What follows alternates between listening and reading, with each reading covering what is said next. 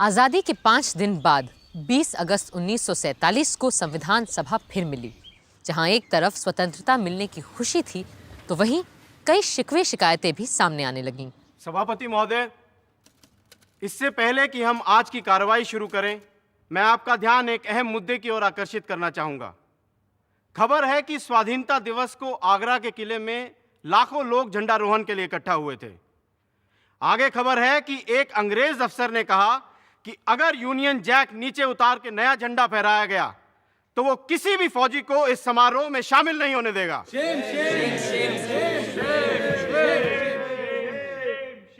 हम किसी भी रूप में अपने राष्ट्रीय ध्वज का अपमान सहन नहीं कर सकते। मेरी सभापति जी से प्रार्थना है कि आप सदन के लीडर पंडित नेहरू से कहें कि वो इस विषय पे बयान दें।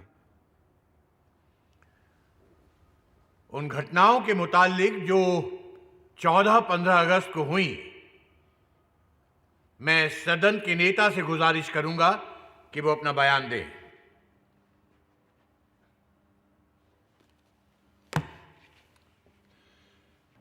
इस सभा में जो कुछ भी कहा जा रहा है उसे मैं पूरे गौर से सुनने की कोशिश कर रहा हूं,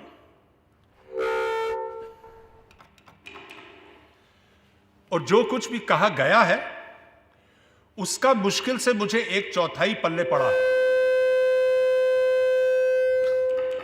अब हो सकता है कि यहां के एकूस्टिक्स बदल गए हैं, या तो फिर पिछले दिनों के उत्साह के कारण हमारी आवाजें फट चुकी हैं। Mr. President, sir, the loudspeaker system is not behaving as well as it used to till the 15th of August. It has got infected by independence like all of us. हंसी खुशी और मजाक की बात तो अलग, पर अब संविधान सभा के सामने नई गंभीर चुनौतियां थीं। एक तरफ वो देश के लिए नया कानून बनाने बैठे थे, तो दूसरी तरफ देश भर में हर तरह के कानून तोड़े जा रहे थे। जैसा कि अमेरिकन इतिहासकार ग्रैनविल ऑस्टिन ने लिखा है, the fundamental rights were framed against the carnage of fundamental wrongs. अध्यक्ष महोदय, मैं कुछ कहना चाहता हूं। जी कहिए। इससे पहले कि आज का कार्यक्रम प्रारंभ किया जाए, मैं आपका ध्यान इस बात की ओर दिलाना चाहता हूं कि पश्चिमी पंजाब में जो दुर्घटनाएं घट रही हैं, जिस तरह से वहां हत्याएं हो रही हैं और जिस तरह से लोग मारे काटे जा रहे हैं, उन दुखियों के प्रति सहानुभूति प्रकट करने के लिए हमारी आज की कार्यवाही 15 मिनट के लिए स्थगित कर देवें। लाहौर और दूसरे इलाके जल रहे थे, लोग मारे जा रहे थे और हम अपना विधान बनाने के कार्य में संलग्न रहे। ऐसा आरोप हमारे ऊपर लगाने का अवसर न दिया जाए।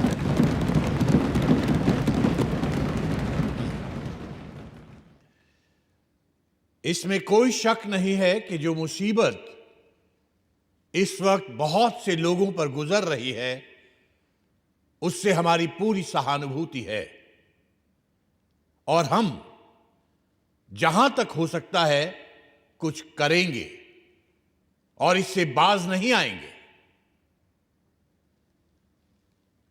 और इस वक्त अगर हाउस के सब लोगों की ख्वाहिश हो तो जो इस मुसीबत में मुब्तला हैं और जिन्हें ये सब तकलीफें भुगतनी पड़ रही हैं, उन सब के लिए हम खड़े होकर अपनी तरफ से दुख और हमदर्दी जाहिर करें।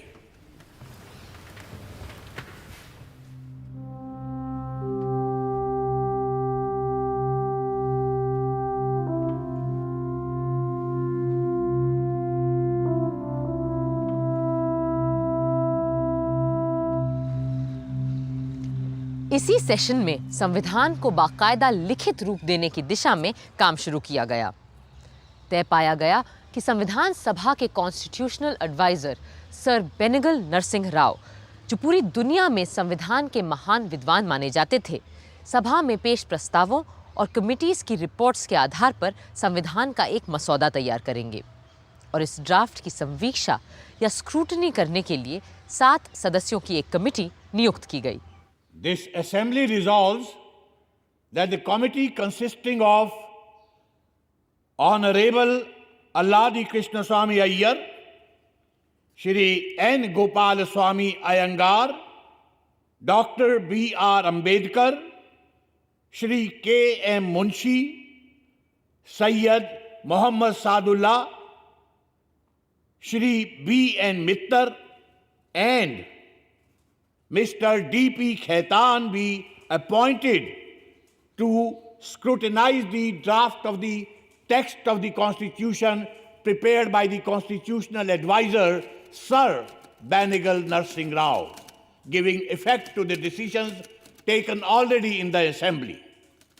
Those for the motion say aye. Aye. And those opposed to it say no.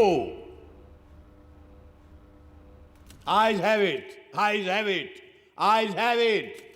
The motion is adopted. Sir Benegal Narasimha Rau के मसौदे को देख और परख के उसे सही रूप देने की जिम्मेदारी थी ड्राफ्टिंग कमेटी की, जिसके अध्यक्ष चुने गए थे डॉक्टर भीमराव अंबेडकर। अब उन्हीं को तय करना था कि भारत के बाशिंदों के बुनियादी हक क्या होंगे, कितने होंगे और कैसे होंगे। बरसों पहले सन 1931 के कराची कांग्रेस अधिवेशन में ही पंडित जवाहरलाल नेहरू ने साफ साफ हर एक हिंदुस्तानी के मौलिक अधिकार की बात सामने रखी थी और गांधी जी ने उनकी तायीद की थी।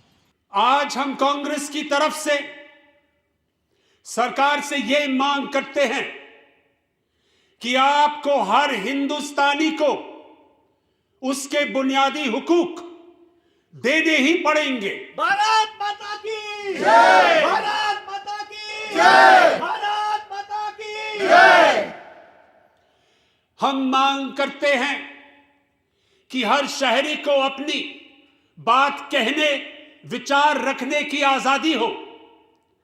हर नागरिक को मिलने जुलने, मीटिंग करने का हक हो।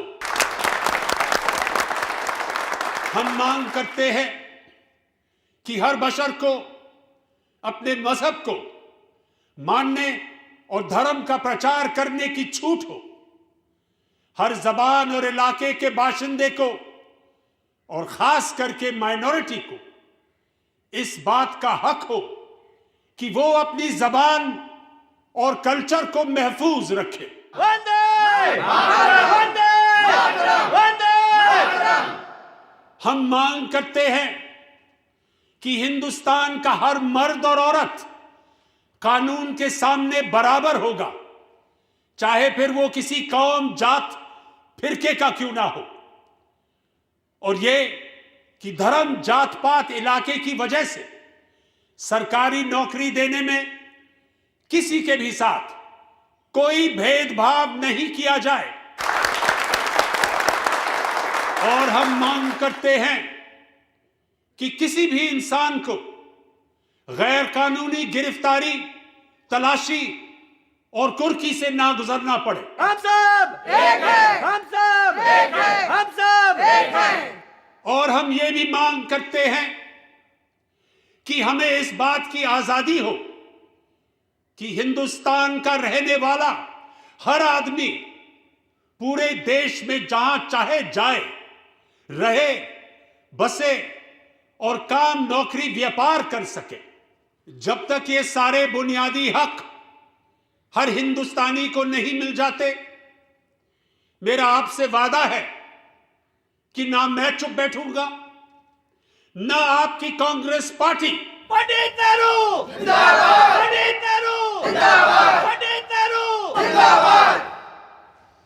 महात्मा गांधी की जय! महात्मा गांधी की जय! महात्मा गांधी की जय! मुझे कुछ अधिक नहीं कहना है, बस इतना बताना है कि भारतीयों के मूल अधिकारों को लेकर जो प्रस्ताव जवाहरलाल जी ने पेश किया है, वो इस सम्मेलन का सबसे महत्वपूर्ण प्रस्ताव है। यही अधिकार तो हमें बताते हैं कि कांग्रेस किस किस्म के स्वराज की कल्पना कर रही है। संविधान सभा ने फंडामेंटल राइट्स को लेकर आज़ादी और बंटवारे से पहले ही सन 1947 में एक समिति बनाई थी, जो पहली बार 27 फरवरी के दिन मिली। As you are all aware, the main task of this committee is to discuss and make suggestions on the rights of the citizens. और मेरे विचार से किसी भी संविधान में उसके नागरिकों का बुनियादी हक सबसे अहम मुद्दा होता है। It is always about the fundamental rights. तो आप लोगों के जो भी सुझाव, प्रस्ताव आदि हों, बेझिझक सामने रखिए। If we look at the fundamental rights and guarantees embodied in the Irish and American Constitution, then all the rights that we may give should be enforceable in courts of law. इसके अतिरिक्त हमें उन अधिकारों की भी बात कर लेनी चाहिए जिन्हें भले हम आज अपने नागरिकों को ना दे पाए, पर जहां तक पहुंचना हमारा सपना है। That's very true, but is there any use in laying down precepts for rights which remain unenforceable and ineffective? अधिकारों के साथ साथ हमें अपने कर्तव्यों की फेहरिस्त भी बना लेनी चाहिए। तो चलिए पहले हम उन्हीं मूल अधिकारों की बात कर लेते हैं जिनके नाम मिलने पर हर शहरी न्यायालय के द्वार खटखटा सकता है। Well, if you ask me, I think we should take the Constitution of the United States of America as a model for the protection of the basic rights of our citizens. If I may, I would like to inform the committee that I have prepared a long list of fundamental rights, which I can lay here. अब यही तो आपका बड़प्पन है अम्बेडकर जी। मुझे ये भी पता है कि प्रोफेसर केटी शाह ने भी कमेटी की सहूलियत के लिए काफ़ी सारे नोट्स तैयार किए हैं। मैं कमेटी के ऑफिस को तायीद कर देता हूँ कि वो इन सारे दस्तावेज़ों की कॉपियाँ हर मेंबर को मुहैया करवा दें।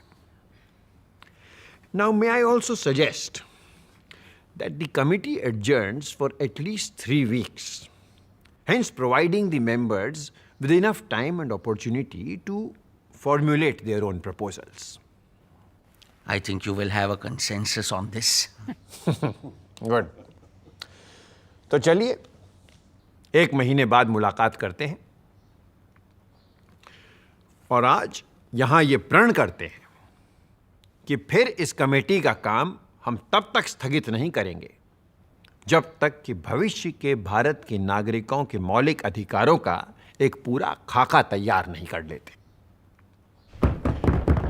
24 मार्च को जब कमेटी दोबारा मिली तो उसमें और लोग भी जुड़ चुके थे और इसके बाद कमेटी लगातार 10 बार मिलती रही ताकि मौलिक अधिकारों को लेकर एक साफ तस्वीर सामने आ सके। तो ये तय पाया गया है कि भारत के हर एक नागरिक को कहीं भी आने जाने, रहने, बसने, जायदाद खरीदने और नौकरी, काम, व्यवसाय करने की पूरी आज़ादी होगी। Subject to such restraints as the law may impose. Oh yes, of course. That goes without saying. No, Acharya ji. In a constitution, nothing goes without saying. Doctor Ambedkar ठीक कह रहे हैं आचार्य जी। तभी यहाँ जो ये लिखा है कि all citizens of the union will be equal before the law, मेरे विचार से लिखा जाना चाहिए कि all persons and not merely citizens of the union shall be equal before the law. जी ठीक बात है। अब हम किसी को सज़ा सिर्फ कम या ज़्यादा इसलिए तो नहीं दे सकते कि वो संघ का नागरिक नहीं है। एक बात और थी, आर्टिकल 4 ये कहता है कि हिंदुस्तानी भाषा जिसे नागरिक अपनी पसंद से देवनागरी या फारसी लिपि में लिख सकेगा, संघ की राष्ट्रभाषा के रूप में प्रथम औपचारिक भाषा होगी। I do not think that the question of national language has anything to do with fundamental rights. मैं डॉक्टर अंबेडकर से इत्तेफाक रखती हूँ। कल हम जो चाहें अपनी नेशनल लैंग्वेज चुनें, लेकिन आज उसका इस बात से क्या लेना देना कि हम अपने बुनियादी हक कितने और क्या तय करते हैं। राजकुमारी जी ठीक कह रही है, पर इनके राजकुमारी होने से मुझे एक बात सूझी है कि हमारे नए भारत में जहाँ राजा प्रजा सभी समान होंगे, वहाँ ये सारी पदवियाँ राजकुमारी, राजाधिराज, नवाब बहादुर, Chhatrapati, Kunwarpal, Diwan Bahadur, as I am called. जी, इन सारी वसीयत में मिली पदवियों का हमारे नए भारत में क्या काम? I am totally with you professor Shah. आज से आप मुझे सिर्फ अमृत कौर बुला सकते हैं। And from tomorrow, shall we stop addressing Kriplani ji as Acharya, Ambedkar ji as doctor, and you as professor?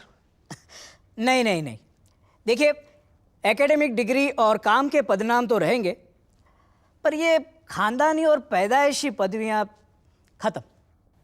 और मेरे जैसे लोगों का क्या होगा जिन्हें किंग ऑफ इंग्लैंड ने नाइटहुड की पदवी दी है? पहली बात तो ये कि अब किंग ऑफ इंग्लैंड का हम लोगों से क्या लेना देना, क्यों? और फिर भी अगर कोई देश या कोई सरकार हमारे किसी नागरिक को कोई पदवी देना चाहे तो मेरे विचार से पहले उसे हमारे संघ की सभा से इजाजत लेनी चाहिए।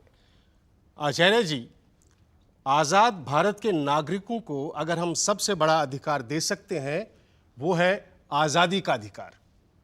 बरतानिया के राज में जब देखो तब यह अधिकार छीन लेती थी सरकार, पर अब हमें अपने नागरिकों को पूरी और मुकम्मल आज़ादी देनी ही होगी। मैं आपसे पूर्णतः से सहमत हूं। मैं भी पूरी आज़ादी के पूरे पक्ष में हूं। See, absolute liberty is simply a utopian dream.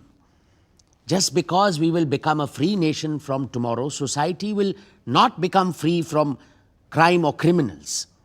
And for the sake of law and order, we will have to jail, arrest, and intern people. In that case, we should have a provision that the person has to be informed of his deprivation of liberty within 24 hours of his detention. हाँ, गिरफ्तारी के 24 घंटे के अंदर अंदर सही कानूनी मदद और सुनवाई का हक हमें हर नागरिक को देना ही होगा, वरना कोई फर्क नहीं रहेगा आज़ाद और गुलाम भारत में। मुझे नहीं लगता हम में से किसी को भी इस प्रावधान से ऐतराज होना चाहिए। लोकमान्य ने तो बहुत पहले ही कह दिया था that Swaraj is my birthright and I shall have it.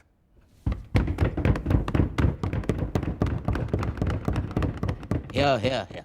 यूं एक एक करके बराबरी, आज़ादी, संस्कृति और शिक्षा, शोषण के विरुद्ध और संवैधानिक सुरक्षा के अधिकार हर नागरिक के अधिकारों में जुड़ते चले गए।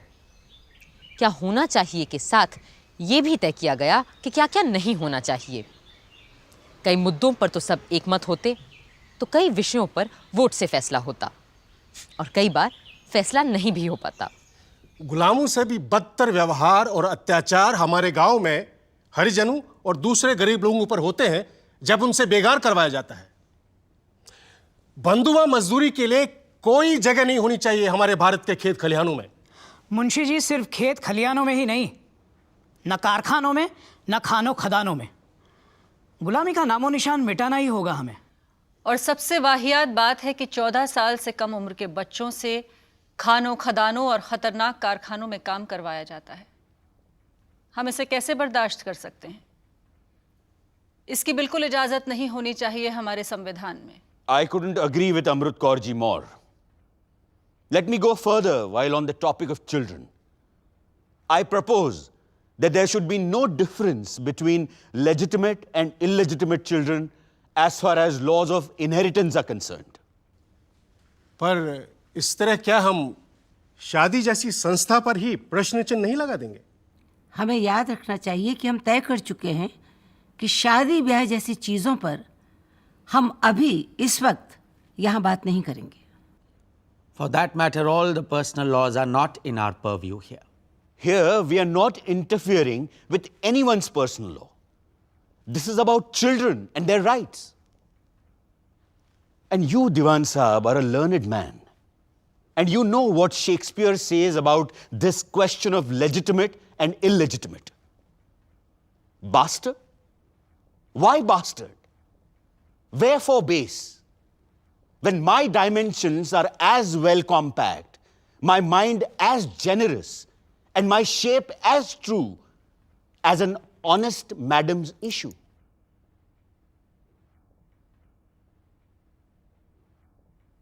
अब शेक्सपियर का जवाब देना थोड़ा मुश्किल हो जाता है, तो एक काम करते हैं, इस विषय पे वोट कर लेते हैं। Those in favor of Dr. Ambedkar's proposal, please raise your hands.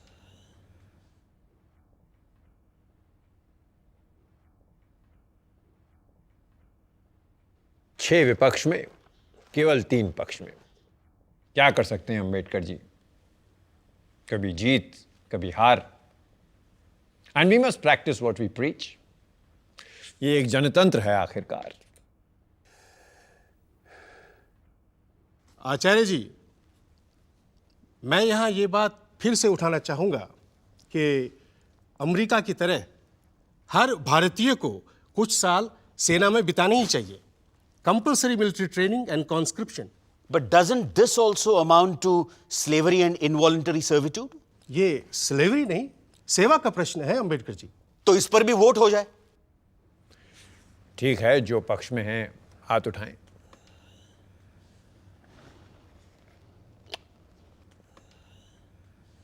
केवल 3 है पक्ष में।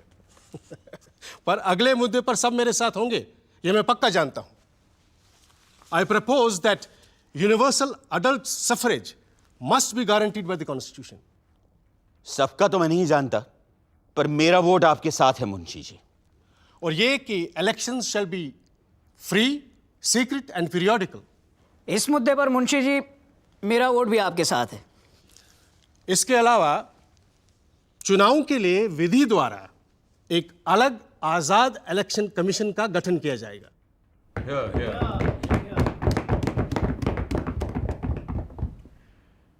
So we are all unanimous on this? Because today we are creating history.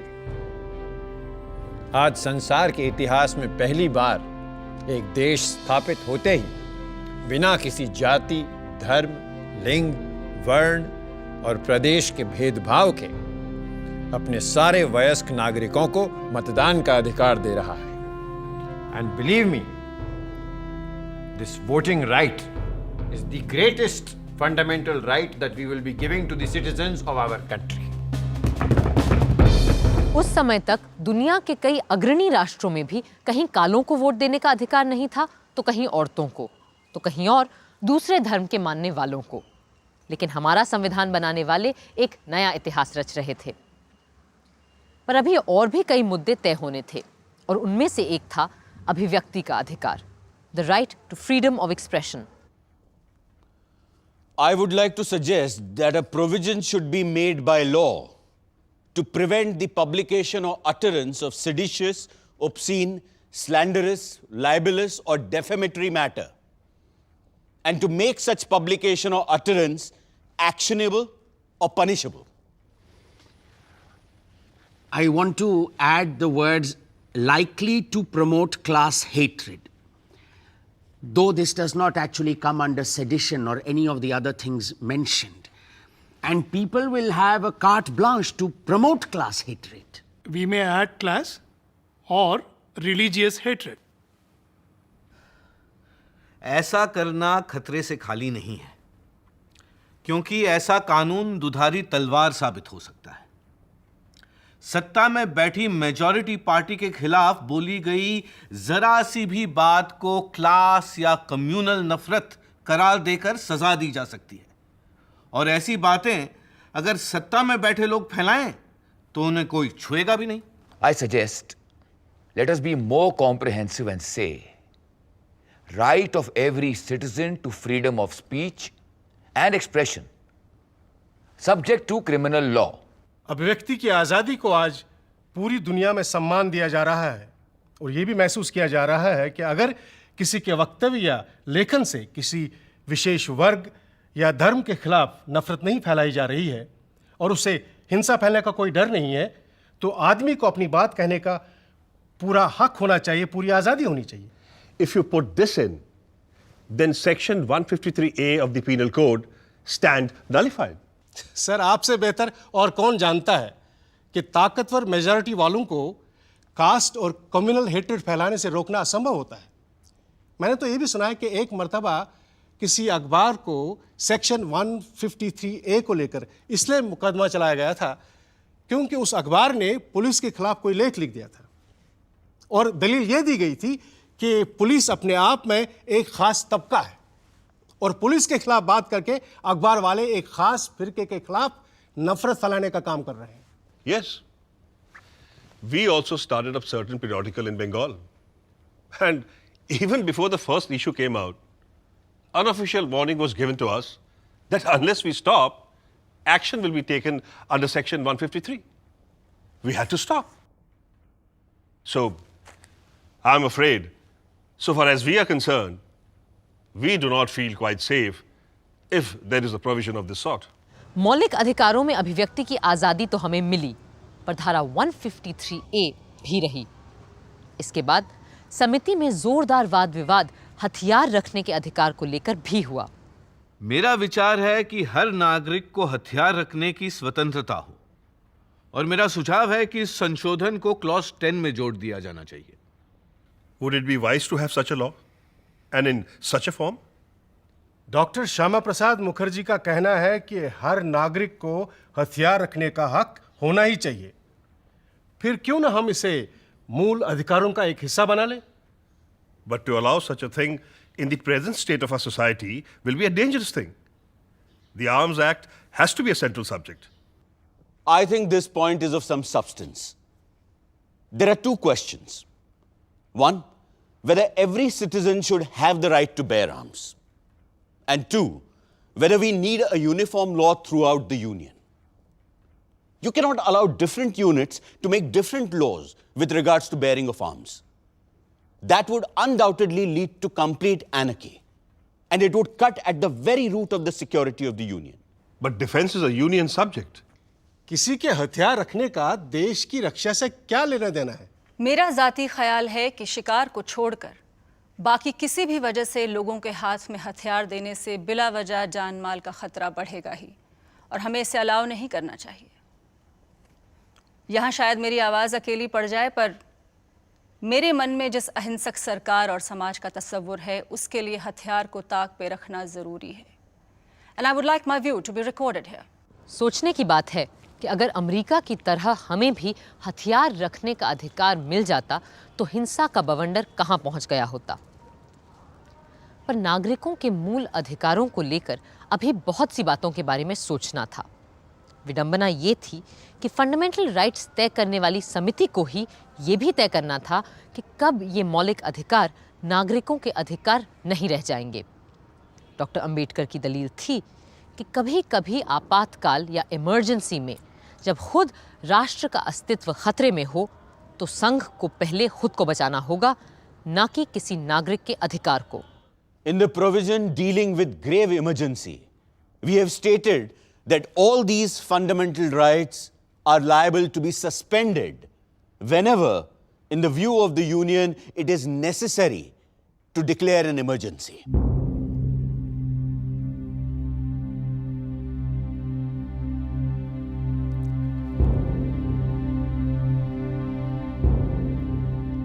दुनिया के कई संविधानों में मौलिक अधिकारों के चलते आप नागरिक को गिरफ्तार कर ही नहीं सकते, पर हमने इसे अपने संविधान से हटा दिया है ताकि आने वाली सरकारों को हम ऐसी किसी भी बेड़ी में ना जकड़ें। हाँ, पर सही कानूनी कार्रवाई का प्रावधान हमने हर हाल में रखा है। जरूरी सवाल यह है कि क्या लेजिस्लेचर के पास ये विशेषाधिकार होगा कि अगर वो चाहे किसी भी व्यक्ति को बिना मुकदमा चलाए ही कैद में रख सकते हैं?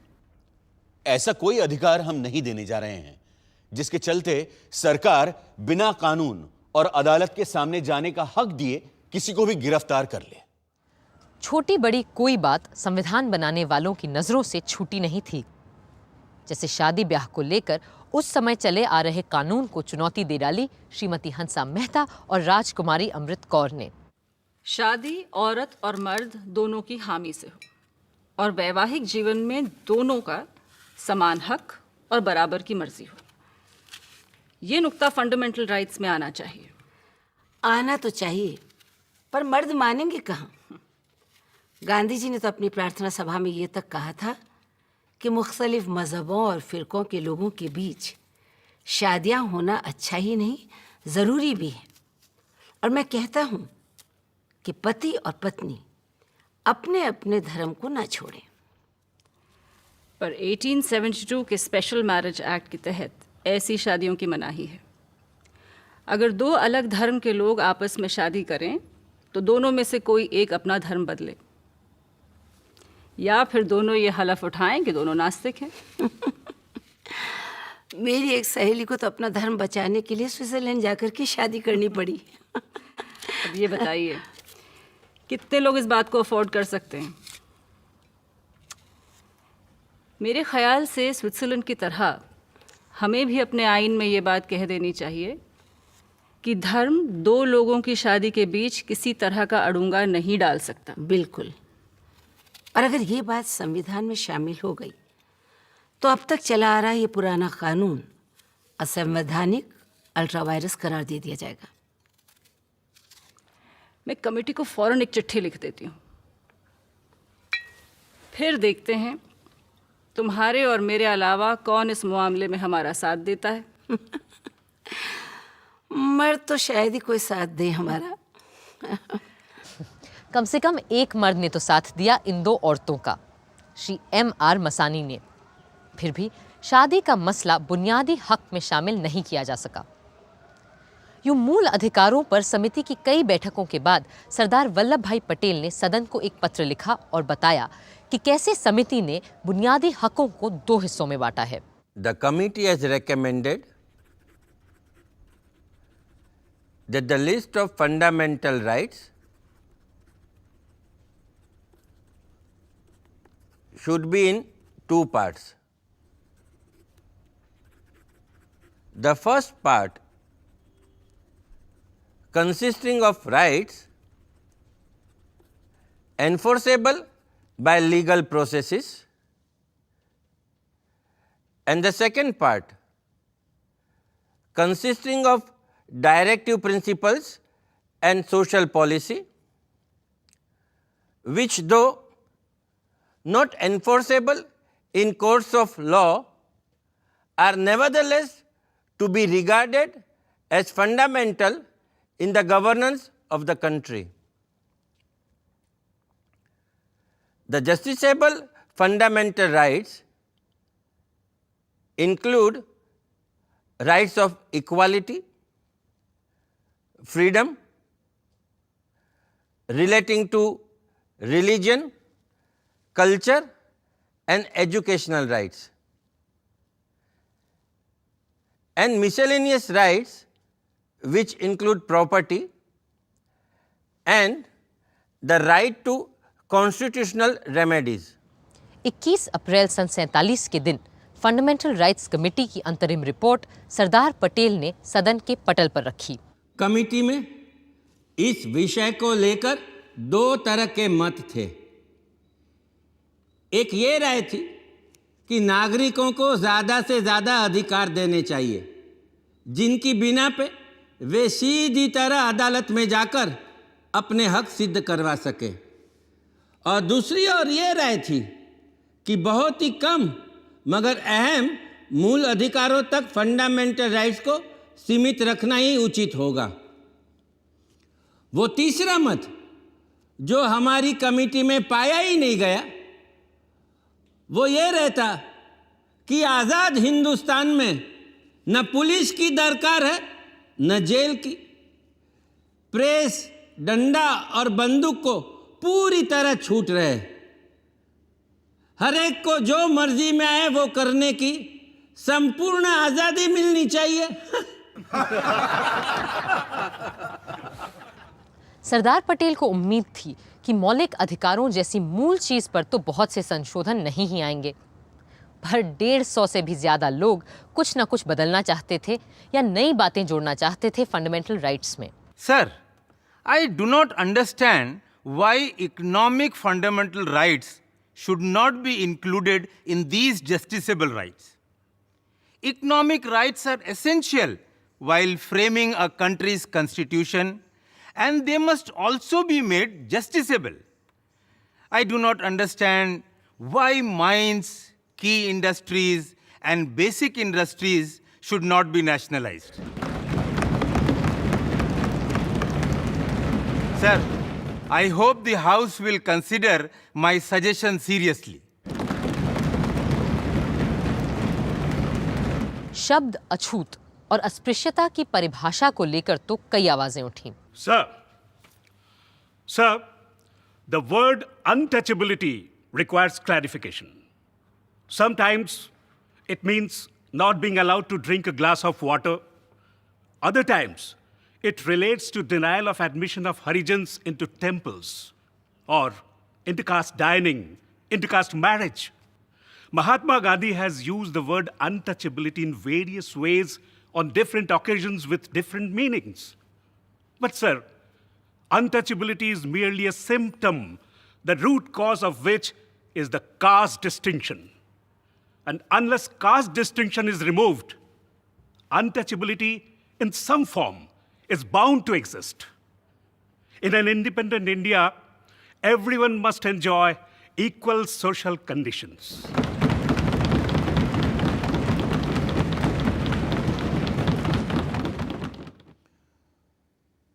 I take it that the legislators will define the word untouchability so that the courts might prescribe proper punishment. Sardar Vallabh भाई पटेल कुछ और अनुच्छेदों को स्पष्ट करने फिर खड़े हुए। Sir, I beg to move that 1.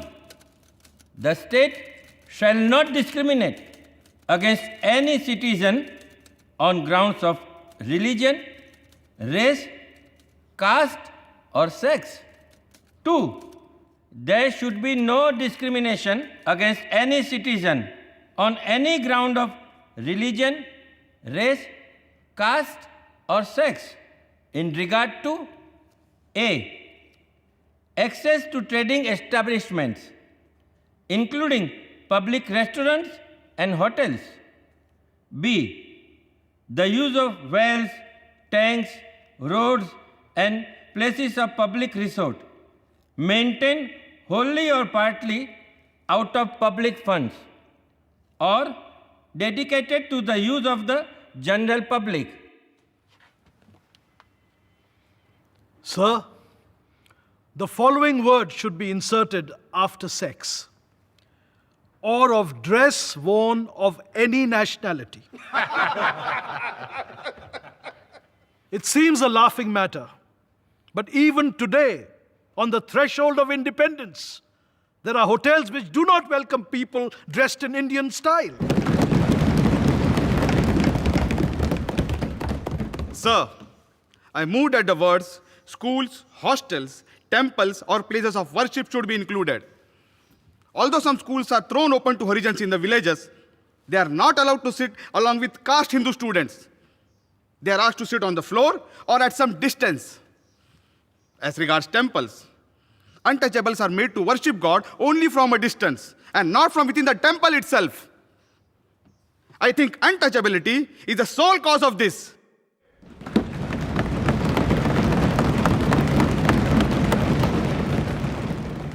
It is suggested that it would be sufficient if you put one clause as follows: the state shall not permit any discrimination on ground of religion, etc.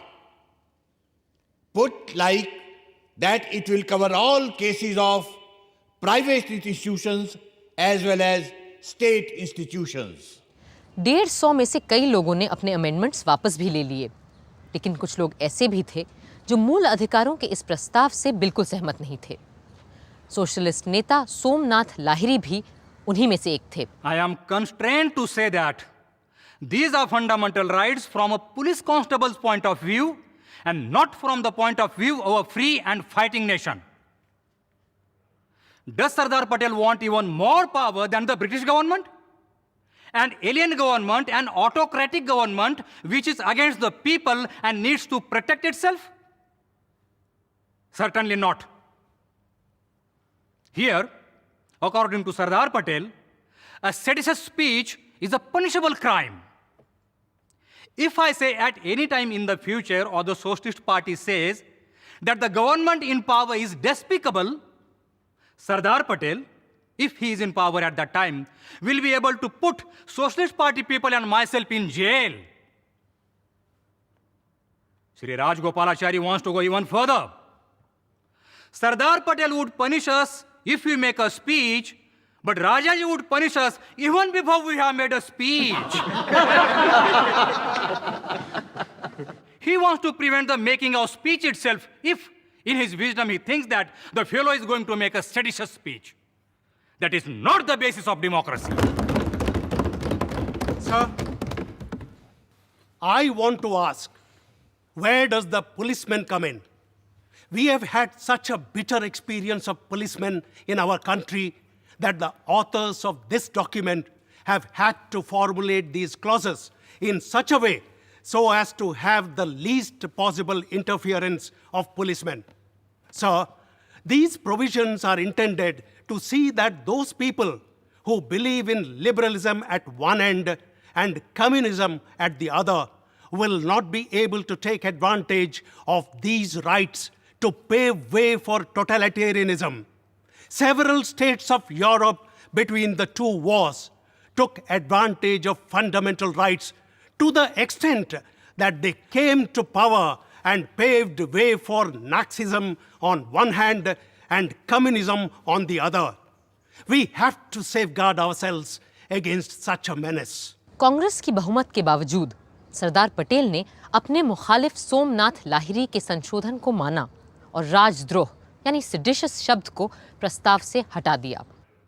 My amendment that the word seditious be deleted has been agreed to by the mover of the resolution.